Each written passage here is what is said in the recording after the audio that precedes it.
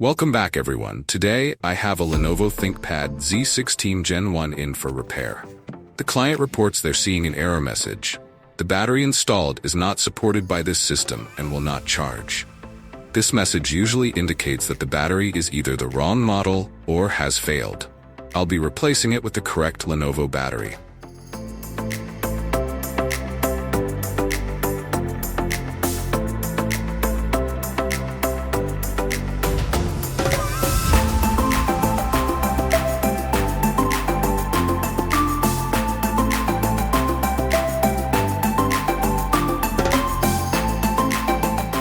And there you have it. The machine is back up and running smoothly. If you're facing battery issues or any other tech troubles, don't hesitate to contact us for a quick and reliable fix. Like and subscribe for more tech tips and repair guides.